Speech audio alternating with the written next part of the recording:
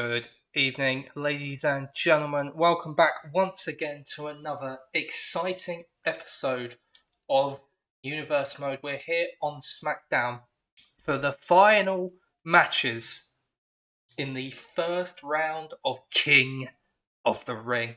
2 more spots left up for grabs in the quarterfinals. And if I could just get the SmackDown bracket on screen for you now, as you can see. Last time on SmackDown, it was AJ Styles and Logan Paul who advanced at the expense of Solo Sikoa and Tyler Bate, respectively. 2 more spots up for grabs. And of course, to close out the first round, I've got my partner in crime with me. Madge is here for commentary once again. Hello, everybody. It's me once again. Here I am. So, Madge, you've got it on your screen. We've all got it on our screens here. The SmackDown side of King of the Ring. You can see the 2 matches we have left. We've got Rey Mysterio versus Karrion Kross and Tyler Breeze versus Sheamus, both to come tonight. Let's get in with it. Who's going to be taking on Logan Paul and AJ Styles in the next round? What do you think? Let's get some early predictions out there. I think Sheamus will have enough experience to come away the winner against Tyler Breeze, and I think Kross could get one over Mysterio tonight. I really do. That's my prediction. There you go. We've got the predictions laid out for you, but let's see if my broadcast colleague, if his predictions are up to snuff, or if he is, the opposite of a Nostradamus, really. We're going to get into our first of the 2 King of the Ring matches tonight to kick off SmackDown. And out first, making his first competitive appearance of the series. We've seen him a few times as a manager to Pretty Deadly, the tag team champions. But tonight, Tyler Breeze takes to the ring. The following is scheduled for one fall, making his way to the ring from his regional residence. My God, that thing is ugly. Good Lord. Good. Tell you what's not. Do you know what's not ugly though? What's not ugly? Tyler Breeze, Prince Pretty himself. At least that's what he likes to call himself. True, no, you could not accuse him. Could not accuse him of being ugly. Not at all. That's what he does like to accuse other people of being. Well, not ugly. He accuses them of being uggos, in his words. For God's sake, fucking uggos. They don't like the boots you put on. They're really furry ones. I'm surprised he's not wearing them to the rings, to be honest.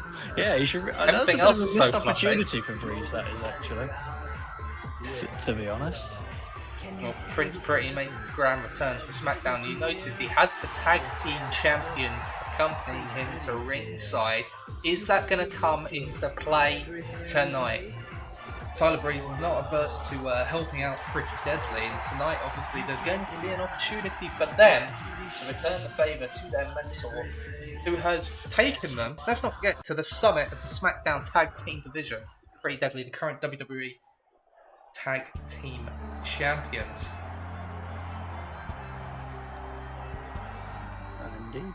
Indeed he has.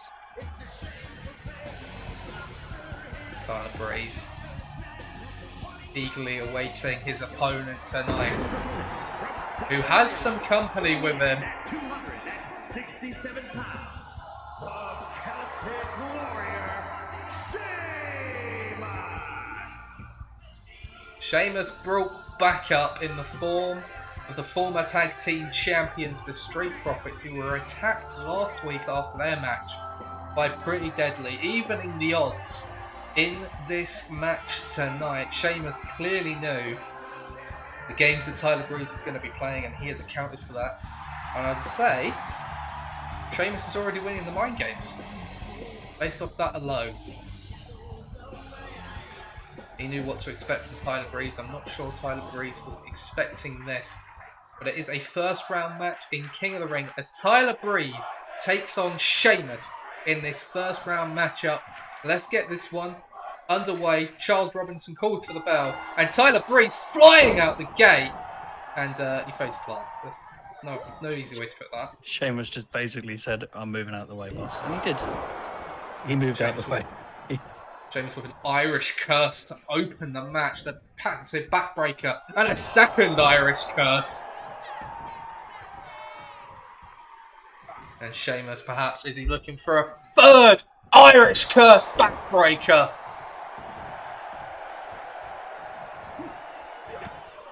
Tyler Breeze, perhaps a little bit rocked in the opening, but he's going to try and fight his way back into this one. Oh, but that big knee from Sheamus might put a quick end to this match. Cover now. Great camera angle by the camera crew on SmackDown.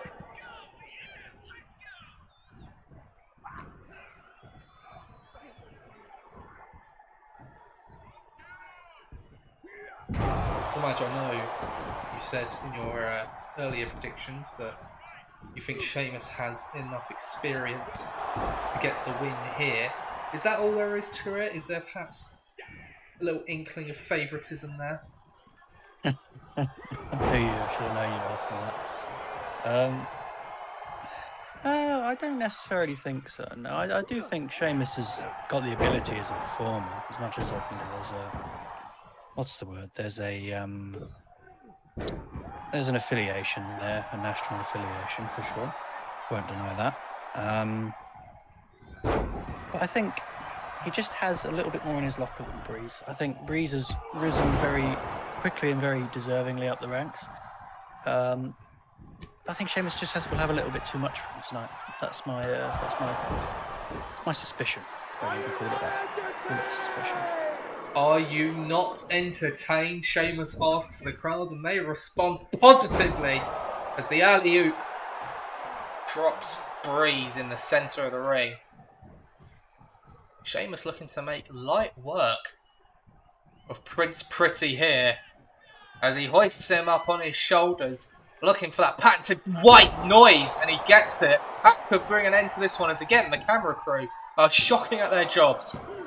But Breeze getting the shoulder up there. I was about to say, I hope we didn't get a pin there because that was disgracefully bad. That was terrible. Breeze somehow taking back control of this match. It has been pretty much all Sheamus to this point. He boots in the corner though. A cover. I doubt that's going to be enough to put an end to Sheamus, who has a history of referees and rope breaks, decides not to rely on the rope break and instead just kicks out.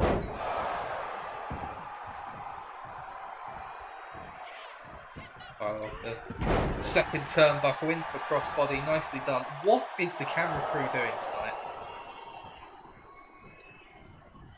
I'll tell you what, that clothesline just put a stop to whatever Tyler Breeze was planning. And now the deadlift from Sheamus has him up for the power slam into a cover. And it's another kick out from Prince Pretty. Indeed it is. Indeed it is. He does need to be The careful. guru I of think fashion. Guru of fashion feels staying in this as an Alabama slam from the Irishman. I was going to say, I think staying in this is all you can really give him credit for right now. He's not having a good time of it out there, Tyler Breeze. Not at all. But you see Sheamus now having a few words with Pretty Deadly on the other side of the ring. Tyler Breeze slides back in, going to capitalise with the I'm Prettier. Oh Sheamus might be out, and that could be enough to steal a win. No. Sheamus gets the shoulder up. But now Tyler Breeze lining Sheamus up, looking for that finishing manoeuvre, the beauty shot. Can he connect? No, Sheamus moves out of the way. And Sheamus looks for a brogue.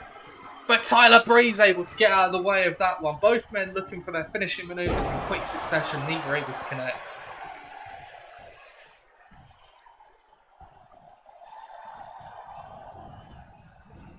Well, Pretty Deadly coming into play there, allowing Breeze to connect with the I'm Prettier.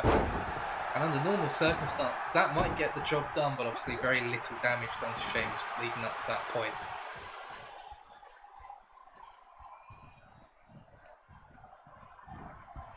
Breeze with the Irish whip. Slides under. And a Hurricane Rana, very well executed by Breeze, into another cover now.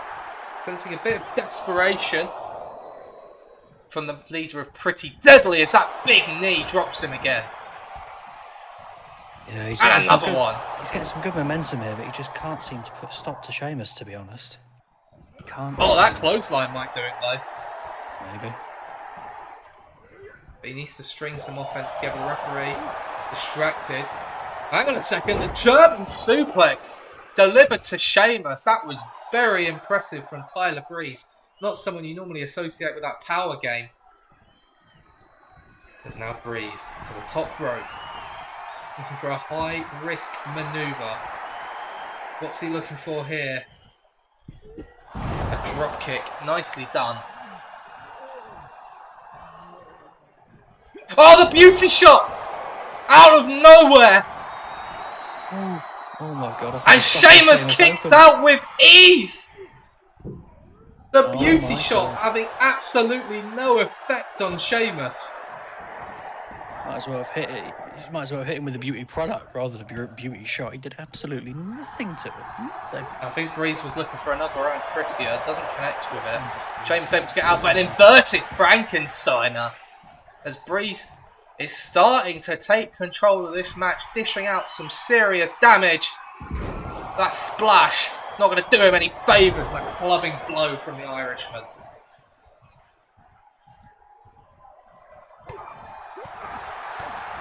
Madge, I think I just saw you in the crowd with that Ireland flag. I wish I could be in the crowd, that would be very exciting. Sheamus returning the favour with a German suplex of his own, assisted by the referee, Charles Robinson. Tossing him across the ring, and again, Pretty Deadly once again getting involved in the match. Well, I said that bringing in the Street Profits was going to give the mind game advantage to Sheamus, but they've done absolutely nothing to help him here tonight. Sheamus still having a few words with Pretty Deadly, and Tyler Breeze going to capitalise with a knee to the spine. Sheamus rolling to the outside where he has allies. A smart move by Sheamus. The suicide dive though from Tyler Breeze. Obviously the Street Profits cannot get involved. They can't lay their hands on Tyler Breeze, otherwise Sheamus will be disqualified. A cover now by Breeze, off of the suicide dive. But again, Sheamus gets that shoulder up. It's the opening match of the evening, ladies and gentlemen. Our first round match in King of the Ring. Sheamus versus Tyler Breeze. It's been a bit more competitive than perhaps it looked it would be in the early goings. Sheamus now to the outside of the ring. Pretty Deadly looked like they were going to try and strike Sheamus using the steps to manoeuvre himself out of the way. It's Sheamus! With a bro kick and another one, taking out both members of Pretty Deadly, wiping them out. And Tyler Breeze is running for dear life. Sheamus now. Like a house on fire, Sheamus! He's fired up! Laying waste to everyone in his path.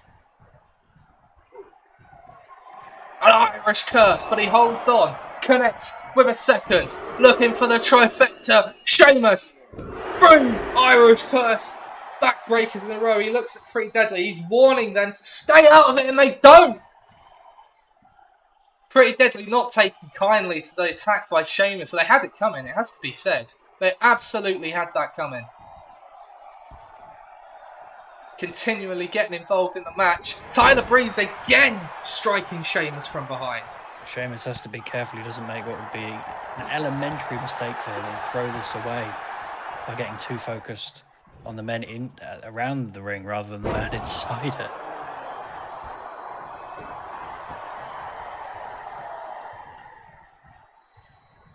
Tyler Breeze once again rolling out of the ring. Sheamus could have potentially had this match wrapped up a few times were it not for the interjections of Pretty Deadly tonight. Oh, okay, well Sheamus has had enough. He's just going to toss Breeze back into the ring. Back into the ring he follows, but Breeze looking to capitalise, gets a knee to the face for his troubles. Back and forth these two men go. Back and forth consistently. And a big knee by Breeze, dropping Sheamus once more. And this time he is going to utilise the rope break. Breeze putting some space between him and his opponent. Does he smell blood in the water? Looking for that full pelt beauty shot. This time he gets it. Oh my god. Hooks the leg for a huge upset in the King of the Ring. And Sheamus kicks out.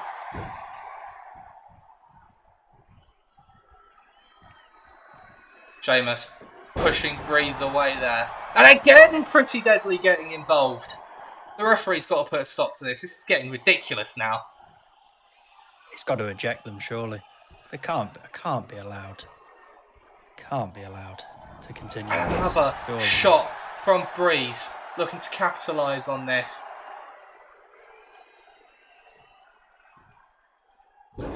Sheamus dropped in between Pretty Deadly. That's the referee. Well, the referee's seen that. He's throwing Elton Prince out of there. That was a clear shot against Sheamus. Really should be a disqualification. Sheamus looking for a bit of revenge, but Tyler Breeze intervening. Finally, the referee doing his damn job and throwing Elton Prince out of here as Breeze thrown into the barricade.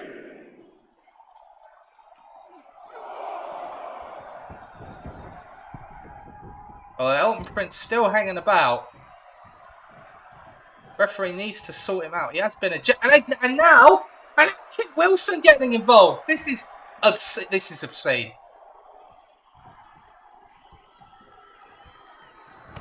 But Sheamus saw it coming this time. He saw Breeze approaching and he slams him down. What is Elton Prince still doing at ringside? Sheamus putting some distance between himself and Tyler Breeze. Bro kick! Say goodnight. You can count to 100. Awful camera work once again. But Breeze kicks out! Oh my god. Oh my god. And now, the frustration getting to Sheamus. He needs to make sure this doesn't slip away from him. It might do as Breeze gets out of that one.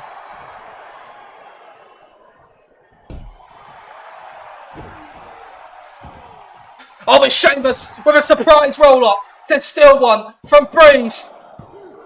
Breeze gets their shoulder up. I'll tell you what, this match has been more competitive than I expected. Oh my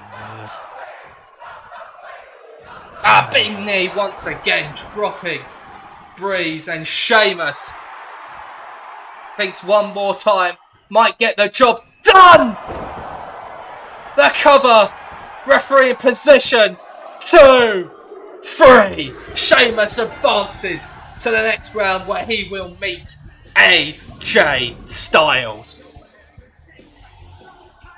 They had to work for it tonight. This was not the rollover that we thought it could potentially be. Tyler Breeze very impressive on his return to in-ring action. Yeah, fair play to him. He was very, very impressive tonight. He'll be frustrated, but he'll be very, very happy. Very proud of himself, I think, Tyler Breeze.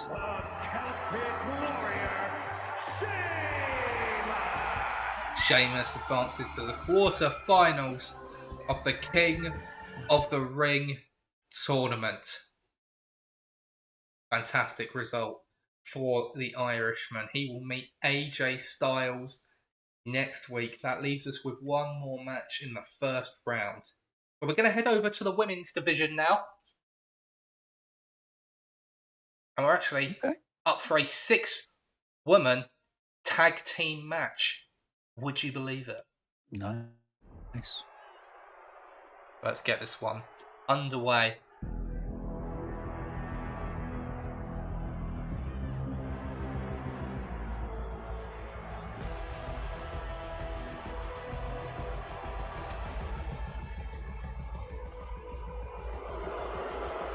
Out first is a team that we haven't seen a lot of, if we're completely honest.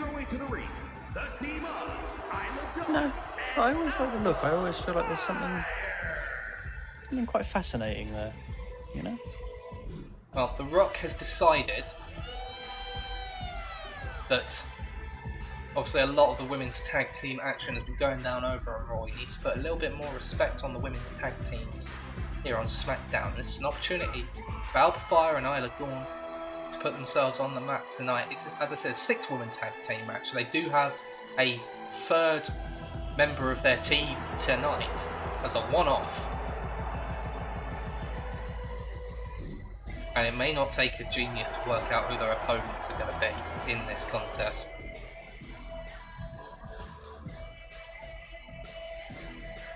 But this is a tag team who has really not been given the opportunity to shine. I hope for their sakes that they take that opportunity tonight and put in an impressive showing.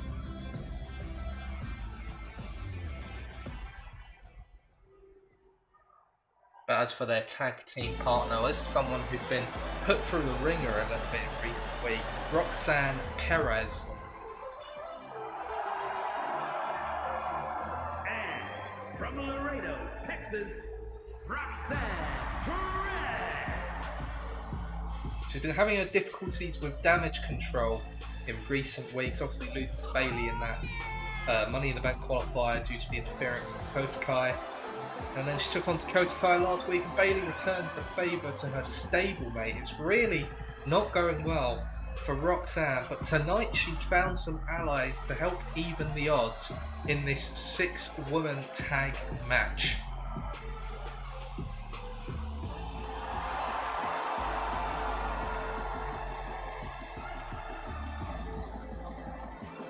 Roxanne's certainly hoping this is going to be a bit of a reversal of fortune. She's on a bit of a rotten run in recent weeks. Could she be about to turn it around tonight with Alba Fire and Isla Dawn at her side? And of course, their opponents is the trio known as Damage Control.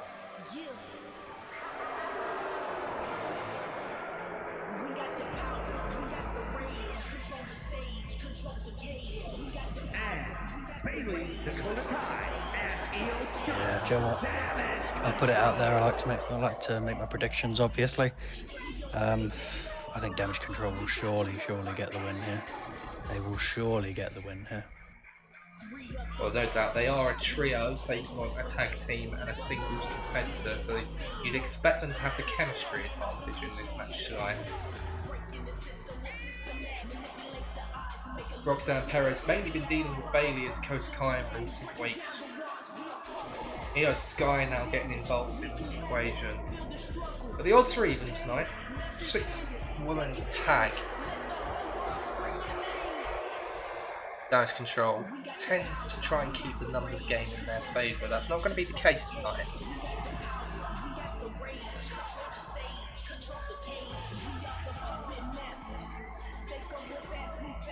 So let us know, everyone, who's winning this tag team match. Let us know as this one gets underway.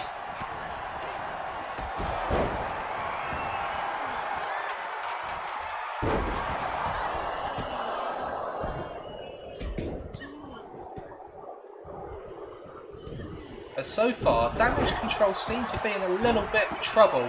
Referee removing that foreign object from the ring. Disqualification is a factor in this match. Well, you know what you're always going to get with Damage Control. Just a little bit of shenanigans going on.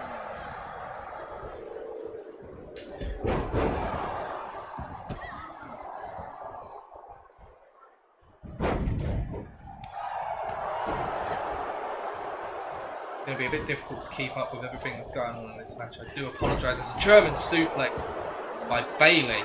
Damage Control firmly in control, pardon the pun, of this match at the moment.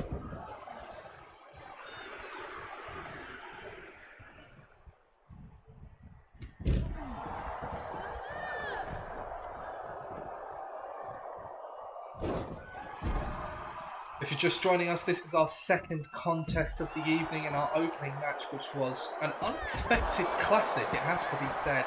Sheamus picked up a hard-fought win over Tyler Breeze to advance to the quarterfinals of King of the Ring, where he will meet AJ Styles.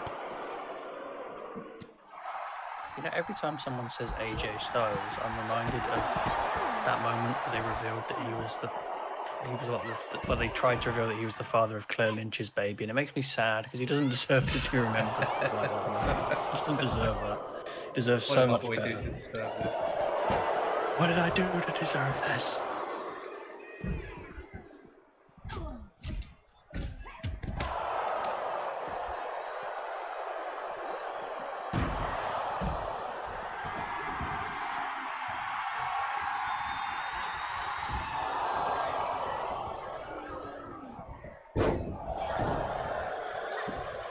Well, we find ourselves in a 3-on-1 scenario here in the ring.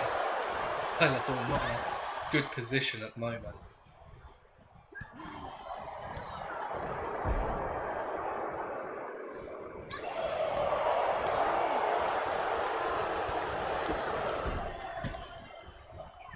Damage control trying to maintain control of the ring. And Roxanne Perez comes absolutely flying at Bayley. Yeah, I've just seen that. She absolutely went for it, didn't she? Goodness me. And once again, Isla Dawn finding herself in a 3-on-1 scenario here.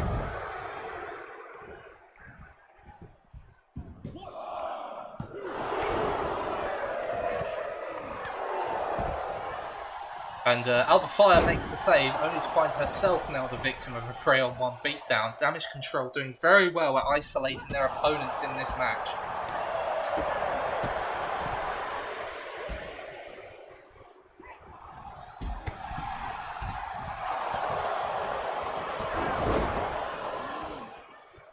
Tell you what, this has just been a clinic by Damage Control so far. It's clear that they're the unit in this match up against not necessarily a collection of individuals, but a tag team and an individual who do not know each other quite as well as their opponents.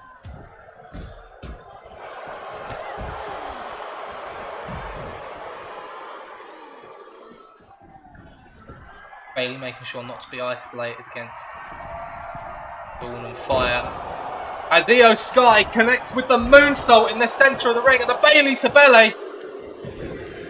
And Io Sky gets the win for Damage Control. Pins Roxanne Perez. Things go from bad to worse for the young superstar.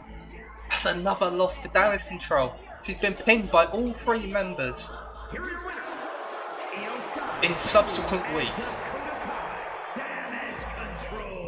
Yeah, it doesn't make for great reading for her, does it? Let's be honest. Not ideal.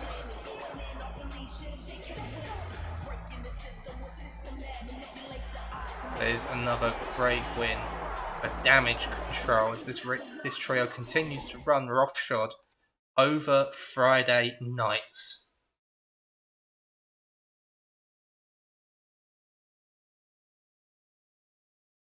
Ladies and gentlemen, how would you like to see your new WWE champion in action tonight? Anyone want to see that? Yeah, yes, please. Well, fuck it. Here we go. Right now. Making his first appearance since winning the championship back at Money in the Bank. It's Randy Orton.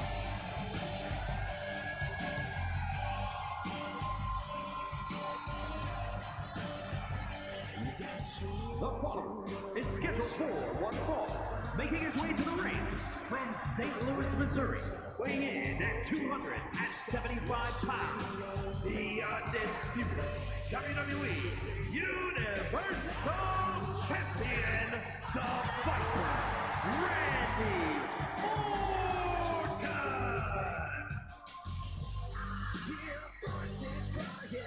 The Viper once again tasting the sweet success of championship gold at Money in the Bank, winning the steel cage match against Bobby Lashley. But as some people have been quick to point out, Orton did not beat Lashley. He won the championship by escaping the cage, and that is a valid means of winning the steel cage match. But there's going to be that asterisk over that championship win. He didn't beat the champion. In fact, technically, didn't beat anyone. I think that's How quite valid harsh. a criticism? Oh, I was gonna say, as valid a criticism that may be, I don't know. He won the match. Personally, I think it's harsh. I think it's harsh. At the end of the day, the stipulation of the match was laid out in advance. Everyone agreed on it. And as you said, he won the match. He won the match. Won legitimately, won fair and square. And in a way, I think it's the most Randy Orton way to win a championship. You don't have to get a pin, you don't have to do a submission, you've just got to find a way to be mentally ahead of the game and ahead of everybody else in the match with you. You've got to find a way to outthink everybody, outsmart everyone. And is that not what Randy Orton does best, better than anybody? Taking on the new champion tonight is a superstar we have not seen yet this season. The man from Birmingham, England, which is quite unfortunate. But nonetheless, the bruiserweight Pete Dunne is in action tonight.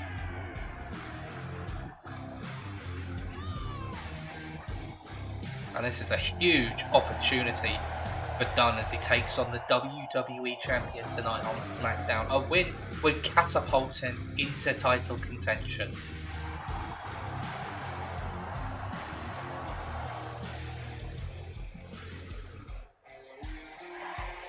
But do you think he has enough about him, Madge? Do you think Pete Dunne can knock off the champion tonight? Look, I actually really rate Pete Dunne very, very highly. If I'm being honest, I don't think he'll have enough tonight to beat Randy Orton. I don't. Unfortunately not. But who knows? Maybe he'll surprise me. Maybe he'll shock me. You never know.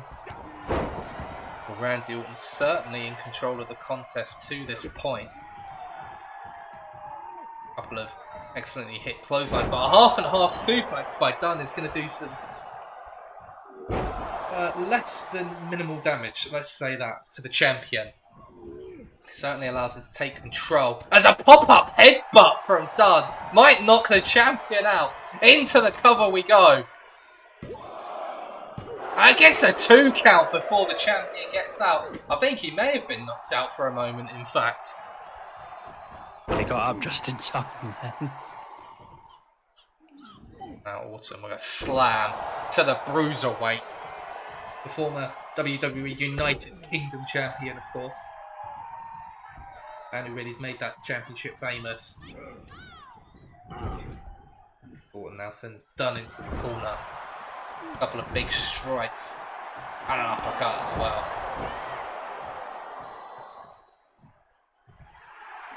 Orton starting to hear those voices in his head. Telling him exactly what he's going to do to Pete Dunne in this match. The damage he's going to inflict. The pain and suffering he's going to cause. The Orton Stomp is out already.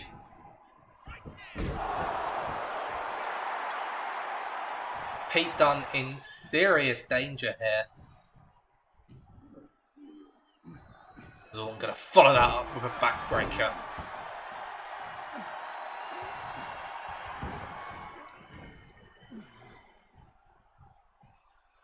Randy Orton now, he's messing about with the announce table. We know this never ends well for anybody involved. Least of all the commentators. But who cares about them, right? Pete Dunne reverses the Irish whip and sends the champion tumbling to the outside.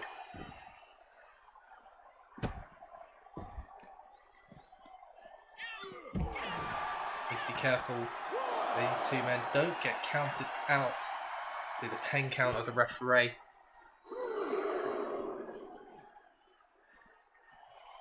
Orton gets out of that butterfly suplex quite nicely.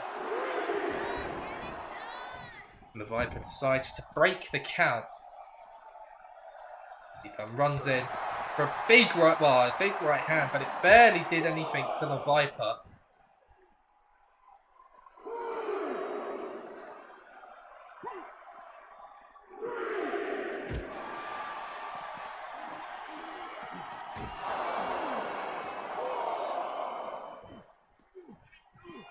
Back into the ring we go now. Orton perhaps not looking to put his opponent through the table and just do A little bit of damage. Using the table as an unconventional weapon, technically. Oh, hang on a second. A Kimura lock by Pete Dunne, looking to make the champion tap out. Orton needs to get out of this quickly, which he does. Dunne catches him again, though. Champion now dazed on the ropes, and Dunne going to use the ropes as a bit of a catapult to launch the champion into those strikes. And Pete Dunne looking for the X-Plex, hits it into a cover. Champion in trouble. But again, the Viper does get the shoulder up and quickly retreats from the ring.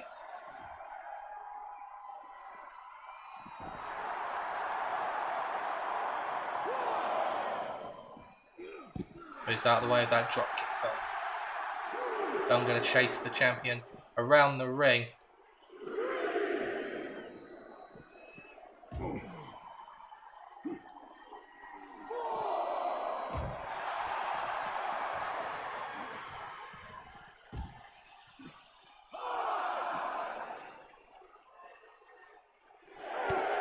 Dunne gets out of that precarious position. Referee's count is escalating. Dunne back in the ring. Orton looks to follow.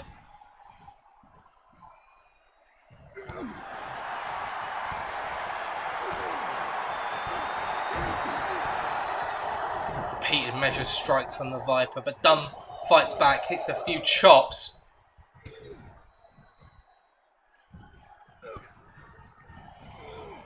Sends Orton to the outside. Orton with a counter though. Pete Dunne pulls himself up into the corner there. Now Randy Orton taking Dunne to the top rope, looking for the patented Orton superplex, and he gets it. Pete Dunne is down. Orton getting fired up. This must be it. Oh, of course, he's got to hit the pose in the corner. Of course he does.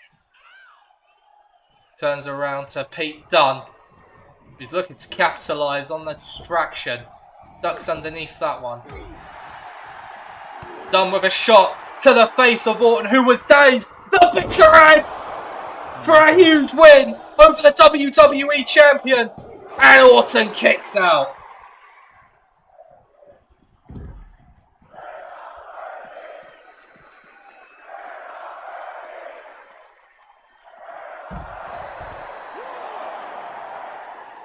Pete Dunne hits the WWE champion with his best shot, and Orton kicks out.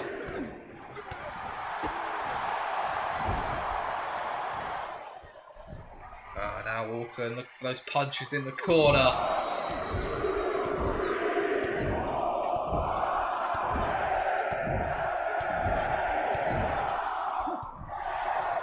Ten in a row. Orton very pleased with himself and the performance that he has put in tonight. And now Orton signalling for the end. Looking for the RKO, perhaps. No. Instead, let's do a little bit, put a little extra sauce on this match tonight. With the Spike DDT. Vintage Orton.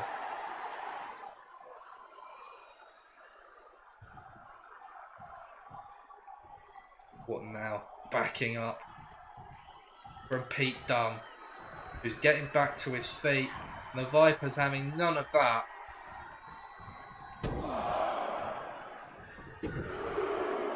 That clothesline going to do the damage for sure. And again, Pete Dunne getting back to his feet. And you can see the rage building in Orton now. Telling Dunne to just stay down. I think Dunne's got too much heart, though, too much character for that. If he won't stay down, you have to put him down. You have to make him stay down. Oh, and a picture-perfect drop kick from Orton. And now again, Dunne pulls himself up into the turnbuckle. And look at Orton just slithering into position, slowly approaching his opponent. That gives Dunne the chance to get out of that, using the ropes to his advantage. Pete Dunne smells an opportunity to pick up what would be a huge victory over the WWE Champion. Takes him down again.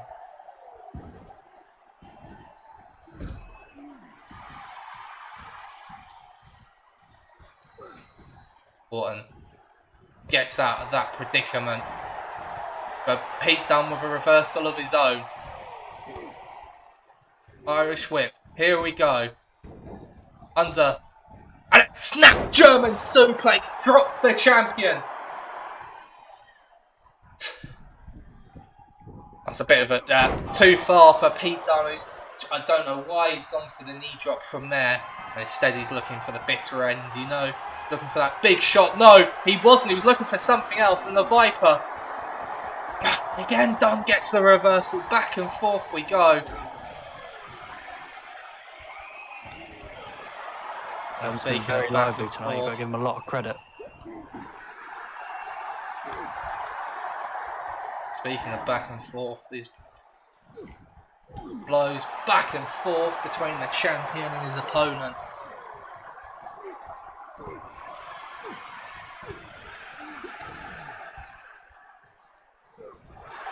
Orton. He tells Dunne to bring it. He says, hit me with your best shot. And here we go. The fists are flying here. Absolute chaos. It's mayhem in there. And it looks like Dunne got the better of that exchange as he drops the Viper.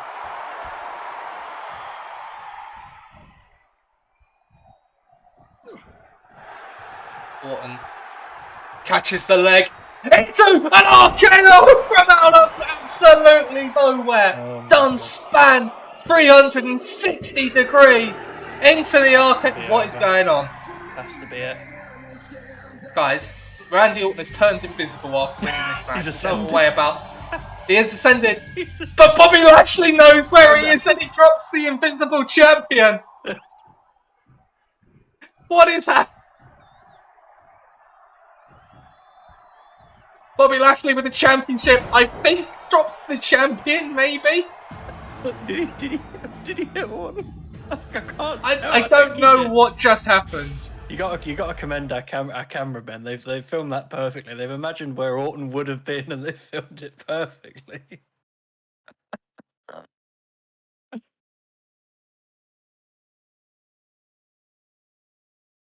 That's incredible. One of the best things I've ever seen.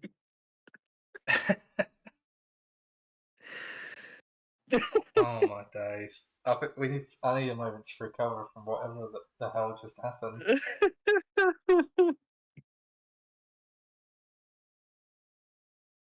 Bobby Lashley attacked an invisible Randy Orton with the championship. That's what just happened, I believe. Yep. Am I wrong? I think you're right. I actually think you're genuinely correct. And that scares me. I'm starting to question my own mental well-being after seeing that, if I'm brutally honest. Ladies and gentlemen, we're going to head over now to the WWE Women's Champion, Bianca Belair, who's got a few words for us backstage. Oh, very nice. I want to deliver a message to two particular individuals, two of my fellow competitors in the SmackDown Women's Division. First, I want to talk to you, Miss Money in the Bank, Tiffany Stratton. You played your games last week, and fair enough, it worked. You got into my head, and it cost me the match. But I don't make the same mistake twice. I know your game now. So I'll be ready for you next time you try and throw me off my game, or forbid even try and cash in that Money in the Bank briefcase on me. I will be ready for you. With a KOD, I'm going to smash that pretty little face of yours right into the mat, and you won't be feeling so pretty anymore, especially without that briefcase or the championship that belongs to me. But I also want to take a moment to acknowledge my opponent last week, Blair Davenport. Regardless as to Tiffany Stratton's actions, you beat me. I know that had nothing to do with you, so I can't hold that against you. And it was my fault for letting myself get thrown off my game, from taking my attention away from the match. So congratulations on that win. Now, I haven't heard anything official, but in my opinion, as the champion, if you beat the champion, that makes you the top contender. So I am hereby, I'm not going to hide behind excuses. I want to put this out there. I'm asking The Rock, our general manager, to give Blair a shot at my championship because she has earned it. And I am a fighting champion.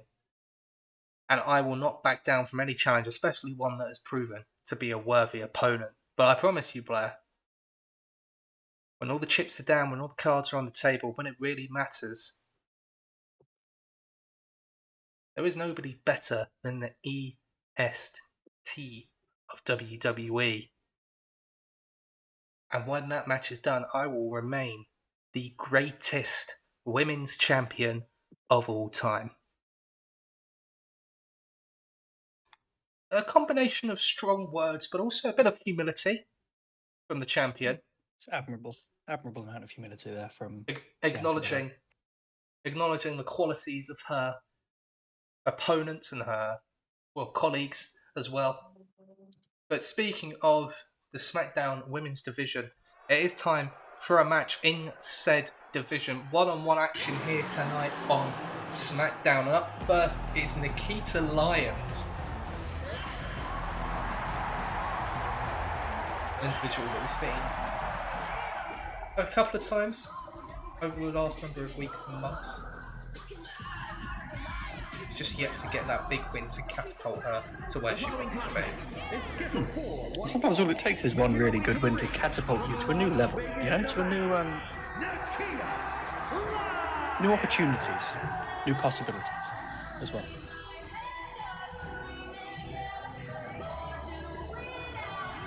Well, I think a great example would of course be the woman that Bianca Belair was just talking about, Blair Davenport. She got a victory over the champion last week, and now she looks to be in line for a championship match being offered even by the champion herself. Exactly. I can't see any way The Rock doesn't make that match official. I mean, I think in general, if you've got a good reason not to as a GM, you listen to your champions and you listen to your wrestlers and you listen to the fans. I mean, Blair Davenport is obviously going to want that match, but Bianca Belair, to give her all due credit, this is not something most people would do even if they were the champion, has come out and recognised Davenport's kind of claim on the title and as such asked for the match specifically. And the fans are going to want that match because the last match they had was superb. It was a highlight. It was an occasion. It was a spectacle. So frankly, I think there's no, like you said, there's no reason for The Rock not to grant Bianca Belair's request and put that match on for the title.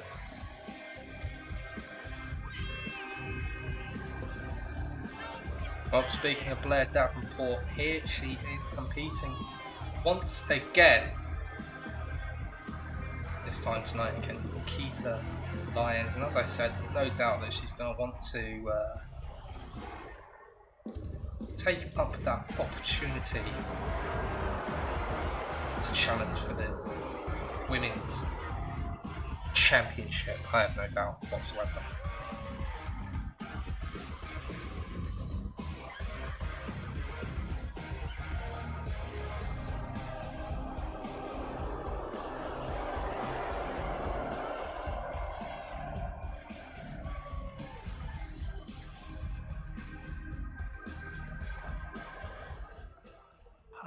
Her look reminds me of something Blair Davenport, but I'm not entirely sure what it is. I'm not entirely sure what it is really. Time to get this match underway. It's interesting because I would consider it to be a unique look, certainly here in the women's division of SmackDown, as Blair out of the gate strong here No, it's very unique. Don't get me wrong. Very, very unique. I'm probably thinking of something outside of this business, really, outside of the sport. Something I've seen somewhere else, maybe in a book or a game or a film or something. But you're right, in wrestling, very unique look. Can't really think of anyone else who looks like that. That's certainly not in this company, at the very least. In the WWE. Gets a 1 count off of the snap suplex, does Davenport. Yeah, a bit eager there, but shows the courage and shows the confidence she has to go straight for a pin like that. Shows that she's alive and thinking about every move. Nikita Lyons has an opportunity tonight to blow the title picture wide open if she can beat the number 1 contender elect, shall we say. 100%. I was going to ask you that, actually. I was going to ask you, if someone beats the contender, does that make them the new contender for the title? Not automatically, but it's got to be something. Yeah, I think you've got to consider that the general it. manager takes into account.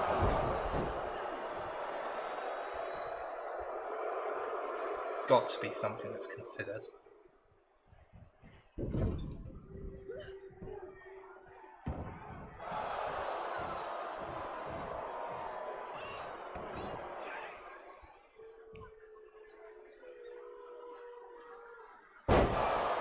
Blair Davenport doesn't seem to be at risk of that happening to her at the moment, as she's really taken control of this match against Nikita Lyons very well.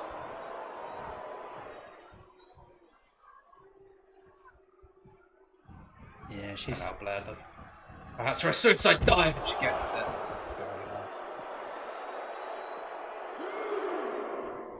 And I'll confess I was a little worried for Blair Davenport because Nikita Lyons has such a powerful, imposing frame.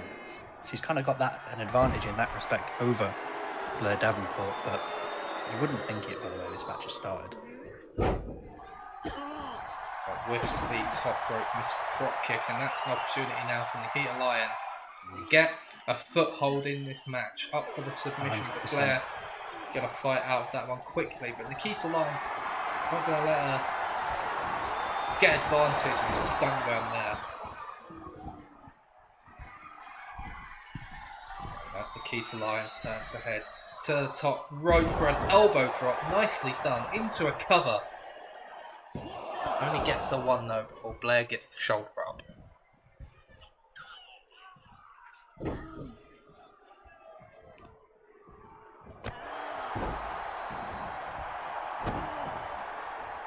There's a bloke in the crowd with a sign that says "My hair is like Blair's." It is not. My hair is like, yeah, it doesn't look like it does. Respect the effort, respect the unique sign, but maybe not on that one, maybe not. Just because it rhymes doesn't mean it's true. Most of the time it means it's true, but on this occasion, it does not. Blair heading to the top rope. Nikita trying to catch her beforehand. Does not connect. And Blair with a double axe handle dropping her opponent. Cover now. Yeah, he gets a 1 count. You made a great point about that rhyming. People think that if something sounds good, then it is good. If something sounds good, it must be true. It's not. Don't be suckered in by fake promises and sweet words. Be suckered in by facts and the truth. I've got a great example, actually, that I've just thought of off the top of my head. Do you want to hear it? Go ahead. Oh, hang on a second. Hold that thought. A spinning heel kick by Nikita Lyons. And then she's run out of the ring for some reason. I'm not sure. That was interesting. I thought she might be going for maybe a weapon under the ring or set the table up, but no. Blair Davenport's done well to get out of danger there. Davenport actually had a reason to go outside of the ring. She needed to catch her breath and stop the momentum of Nikita Lyons. It's spelled like the French city. I think they're mispronouncing it. You know, pronounce it Lions, but it's spelled like Lyons. I've heard both. To be fair, Fair enough. For us, non-French speaking peasants. I was about to say no parlez-vous français. I think that's how you say it. No parlez-vous Lions does come français. up a lot.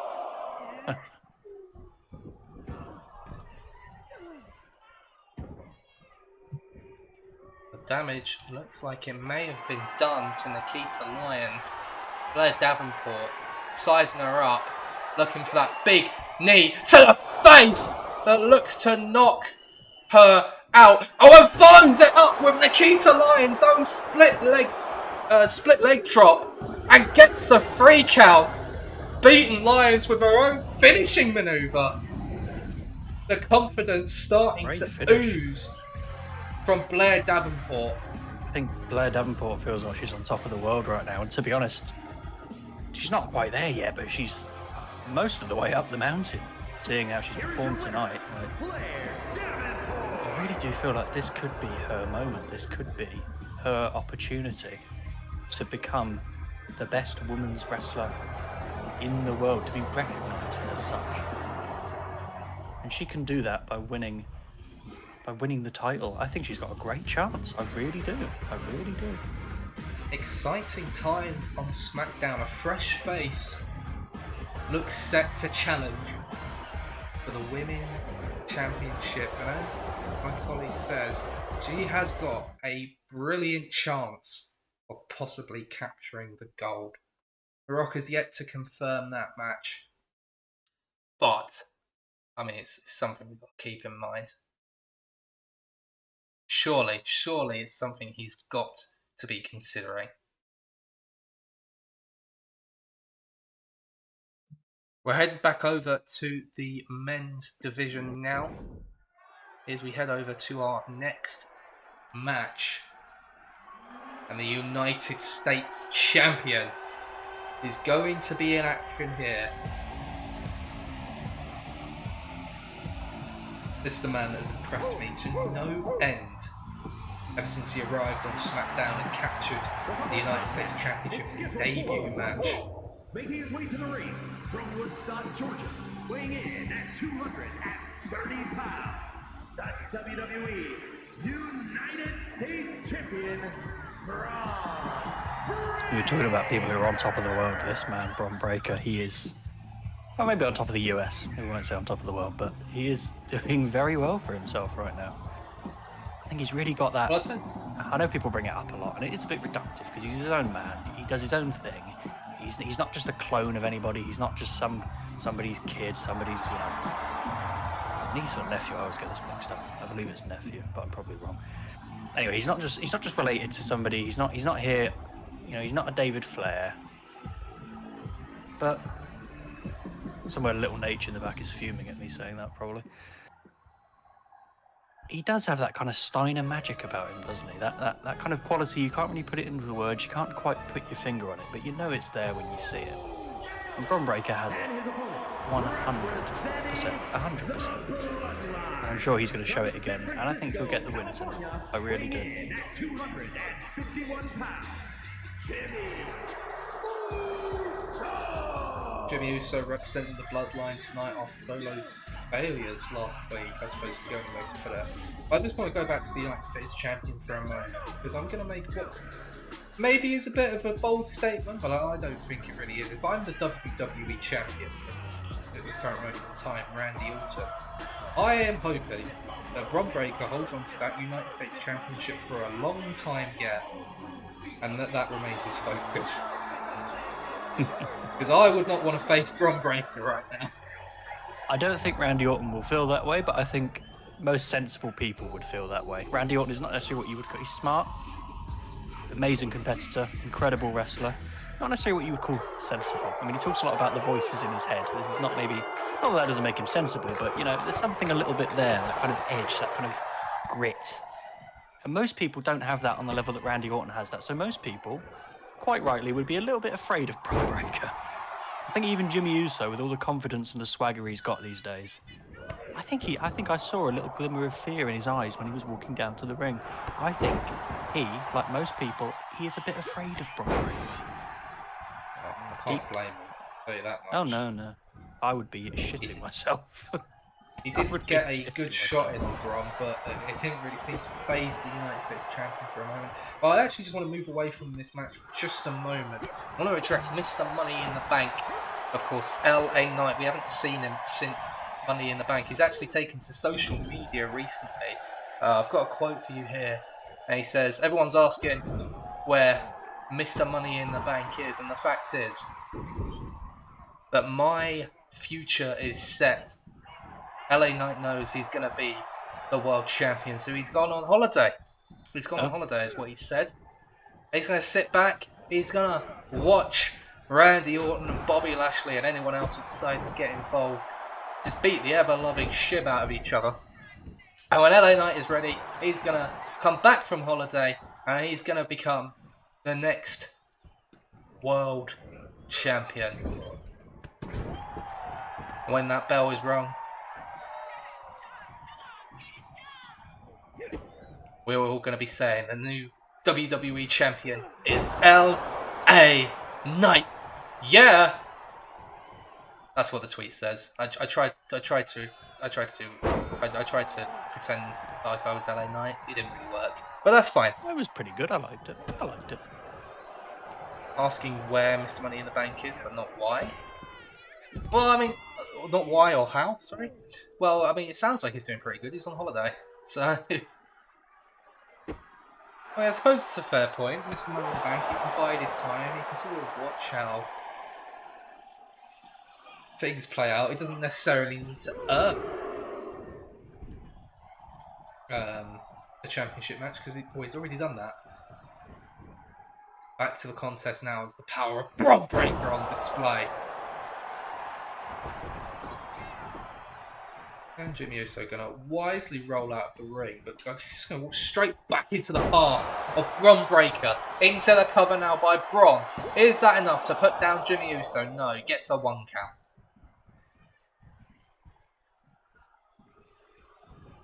No. As powerful as Bron Breakker is, I think that was a bit too quick to go for the pin there. But he's on the right track. 100% he's on the right track. I say as he gets clobbered and pinned by Jimmy Uso, but in general, he's going the right way about winning this one, you've got to say. Certainly Bron Breakker had control of most of the match, but Jimmy going to get out of the way of that manoeuvre. And a headbutt!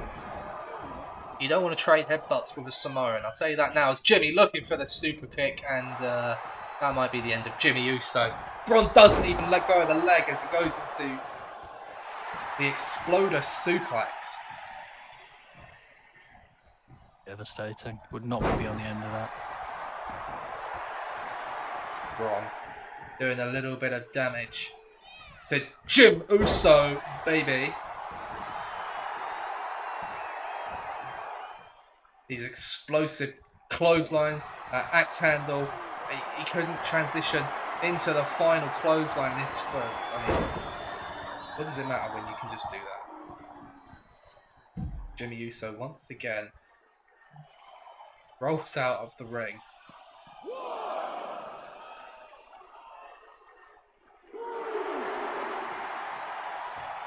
Oh, what's this here? Jimmy Uso back to his feet. He looks to be dazed. Bron Breakker looking for a spear, but Jimmy Uso turns it around.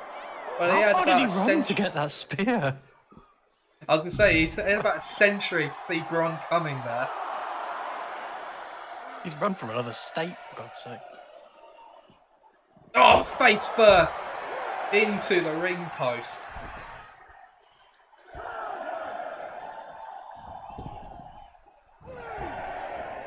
Eye on Jimmy. Jimmy begging for mercy from Bron Breakker, and of course, Bron. Of course he falls for it. Everyone always falls for it. Why do they always fall for it? It hasn't really helped Jimmy Uso out here, though. So he got one punch and then Breakker went back to absolutely leathering him. Did very little for Jimmy Uso, to be honest. Oof. Yeah, I'm sorry to say it. Jimmy Uso's a great wrestler, he's a great competitor, but it's all Bron Breakker right now, isn't it, really? He's even done a little swirly. He's about to do a spinneroonie there. I'd love to see Bron Breakker do a spinneroonie, by the way. I would pay good money to see that, I've got to say. I would pay very good money to see that. Has been all Bron Breakker in this match, really, hasn't it? 100%. 100%.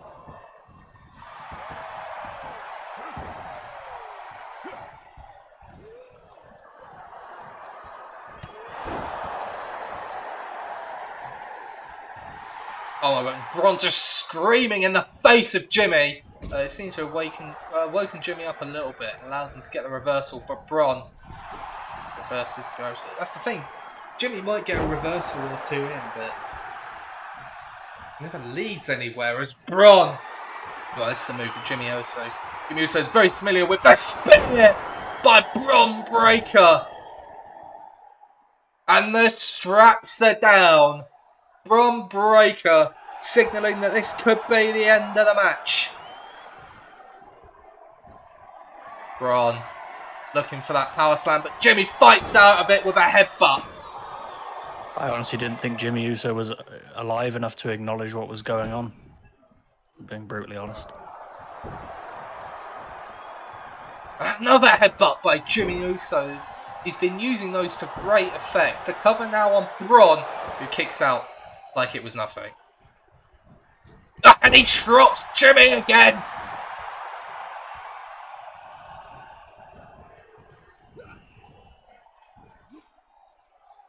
Braun with again the power of Braun Breaker on display. Jimmy sends him into the corner. A few shots to the face of Braun. Fair play to Jimmy, he's staying in this match. Yeah, he's lasted longer than most people would have in the situation he's in, to be honest. He has. I think Braun Breaker's heard you. I think he's decided he's had enough. The Steiner recliner locked in on Jimmy Uso, and he's going to tap out. Big win for Braun Breaker, but there is the #1 contender to the United States Championship after that win last week. It's Wes Lee. He's going to challenge Braun Breaker, we can confirm, at King of the Ring. I'm sorry to say it right now. You could put nearly anybody in the company in front of Braun Breaker and he would eat them up. Well, we're actually going to move from one member of the bloodline to another because Paul Heyman has a few words for us. Ladies and gentlemen, my name is Paul Heyman, and I act as the wise man to the bloodline, and more importantly, more specifically, the wise man to the tribal chief. Now, I have to advise you all that over the last several months,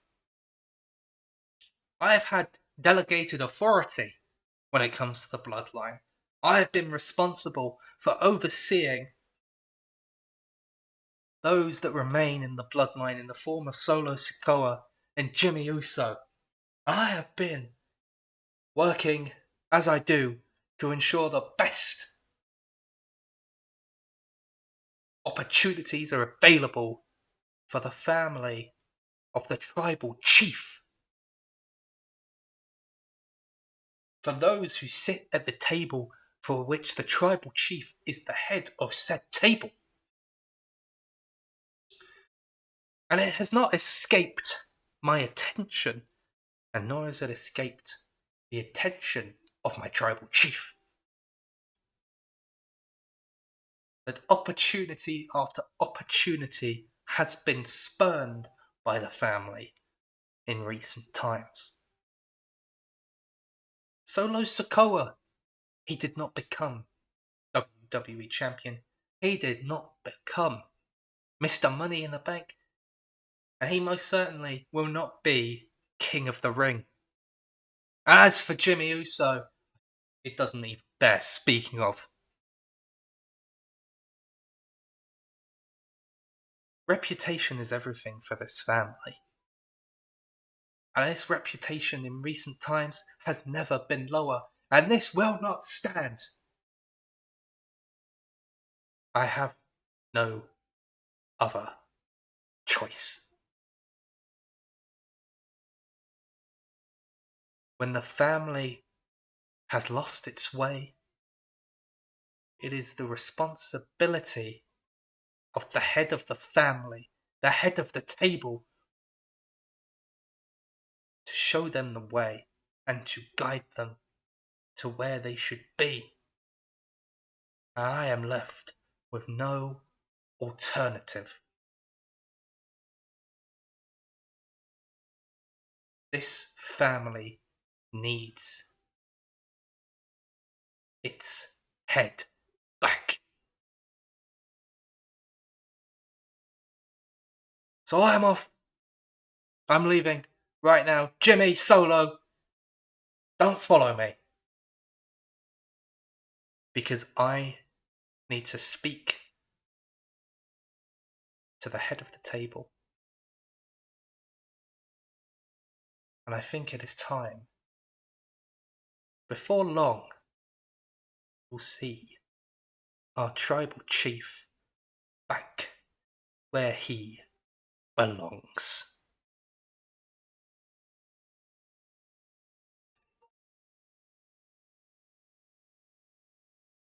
Max, does that mean what I think it means?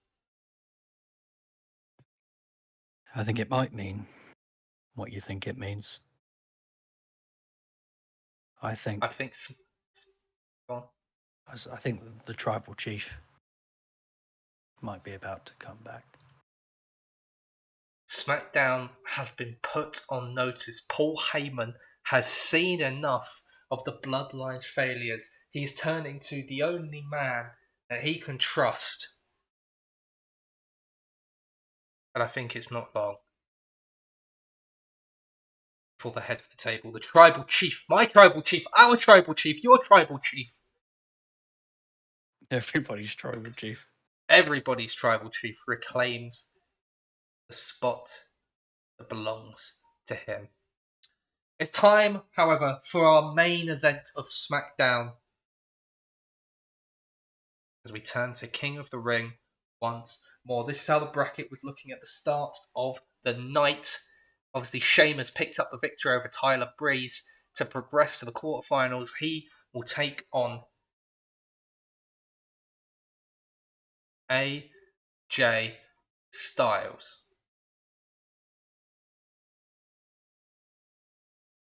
But it's time for us to find out who is going to be taking on one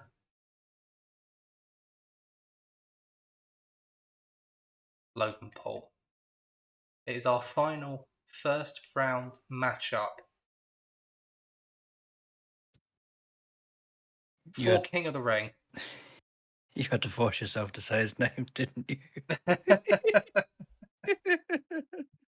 One last first round matchup. So what do you say we get our main event underway? Let's do it. Let's go. Main event time on SmackDown.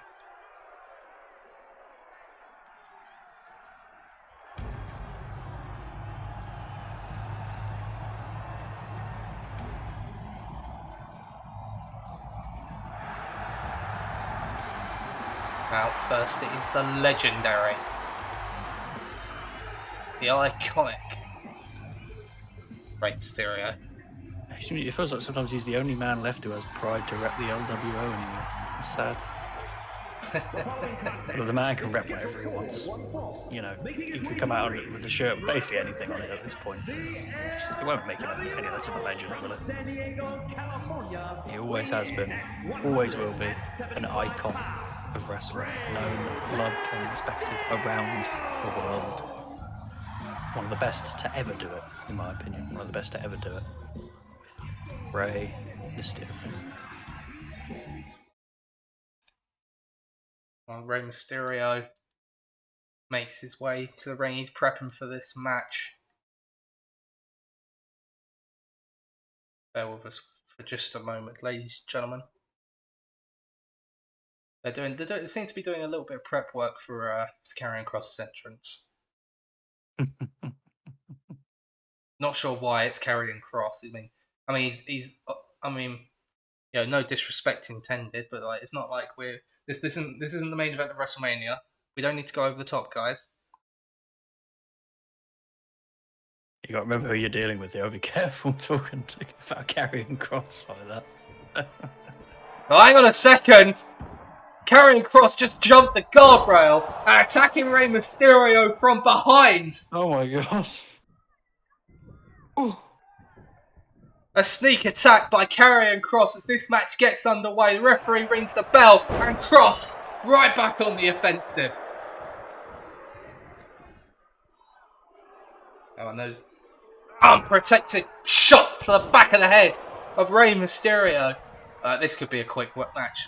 This could be a quick victory for Karrion Kross. He already holds a win over Rey Mysterio back at Money in the Bank. Can he pick up another win tonight to progress to the quarterfinals of King of the Ring?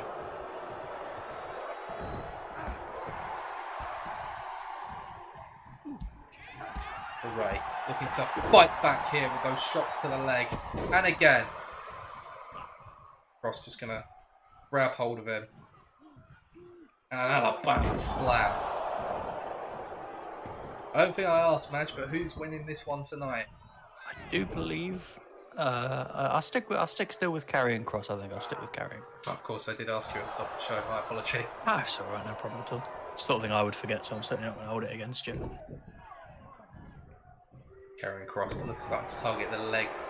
Rey Mysterio, the surgically repaired knees of the legendary luchador. He's going to kick out the one. Trying to take away that high flying, the mobility of the legend, Rey Mysterio. That's what he is. He is a legend. He's one of the greatest of all time, in my opinion. As Rey, wheelbarrow into a DDT, starting to fight back now. I just realised Gudgeon called Rey Mysterio Rayman Stereo. For fuck's sake. Rey off. What on earth is Rey doing here? Into the dropkick. It stunned Karrion Kross, whatever it was. He was just mesmerised by it. Spin like that.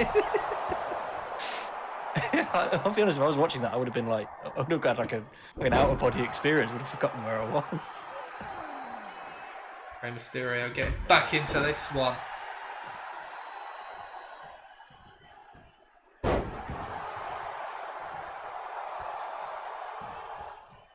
Well, any advantage that Karrion Kross seized at the start of the match looks to have gone away as Rey looking for a suicide dive.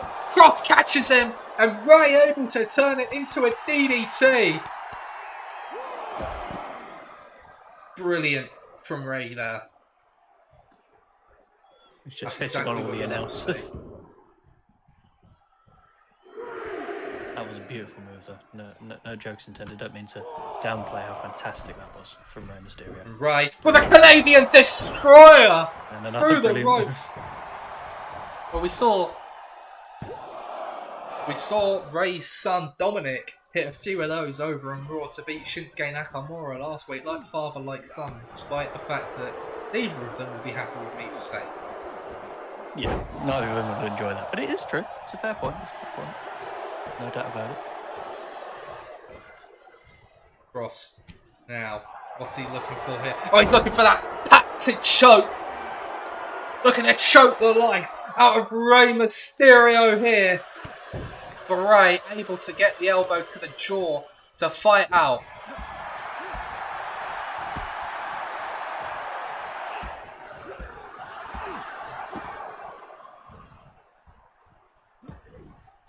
Again, those kicks really coming into play, acting as the bread and butter for Rey Mysterio in this match. That pump handle. Suplex. Nicely done. Cover. But again, Rey, he's able to get the shoulder up.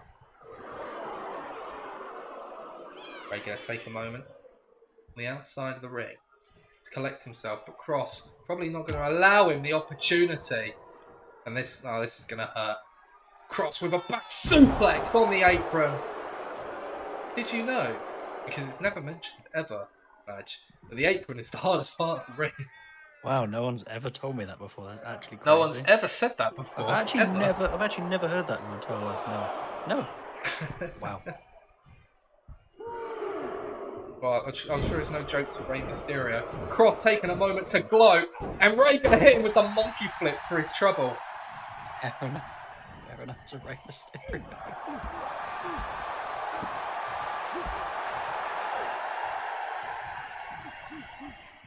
Kross looking for a suplex. Ray slips out the back, looking for a roll-up, doesn't get it. Oh, but Cross misses the knee. He takes a big boot to the face, or I suppose in Rey Mysterio's case, it might be a little boot.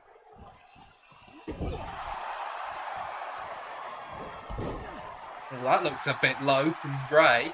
I think it was a shot to the thigh, but it was very close to getting him disqualified.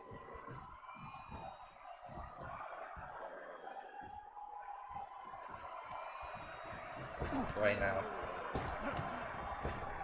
using the ropes as a bit of a catapult. Cross goes face first into the turnbuckle there. And now it's Ray heading to the top rope. What's he looking for here? Not a lot of distance on this one. Ray looking for the Hurricane Rana perhaps, but it's turned into a powerbomb by Cross. And now again, that grounded striking game of Cross targeting the skull of Rey Mysterio.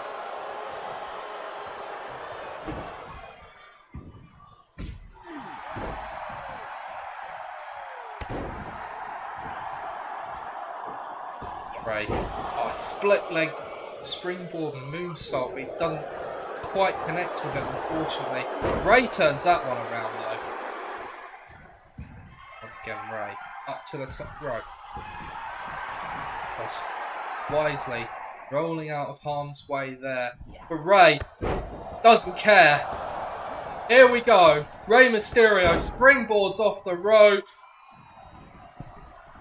The Irish whip. Over goes Cross. Ray rolls through and a kick to the face of Karrion Kross.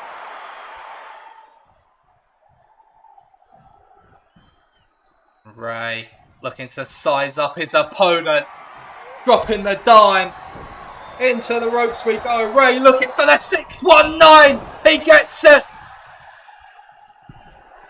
To the top rope goes Rey Mysterio. Frog splash connecting. But Ray not going for the pin. Wants to put Kross down for good. Slowly making his way back to the top rope. And a second frog splash, surely. Gonna put an end to Karrion Kross tonight. And it does. Rey Mysterio advances to the quarterfinals. Gotta say it's deserved. That's very, very impressive from Rey Mysterio. He really does still have it. The 619, the two frog splashes in a row. Yep. Kross was never kicking out of that. No chance at all. At all. Here is your winner, Rey Mysterio! And with that, our 8 men for the quarterfinals have been set. To confirm, for SmackDown, this man Rey Mysterio takes on Logan Paul in the quarterfinals. Sheamus takes on AJ Styles. Meanwhile, over on Monday nights for the Raw side of the bracket, Dominic Mysterio will take on Carmelo Hayes, and Sami Zayn faces Jey Uso. All of those quarterfinal matches will be coming up over on Raw and SmackDown over the next week. And after that, it will be time for the King of the Ring pay-per-view. The semi-finals and final will both take place on that show. But that's going to be it for tonight. Thank you everyone for watching this episode of SmackDown. I do hope you've enjoyed it. Take care and have a very good night. Have a great night, everyone. See you again very soon.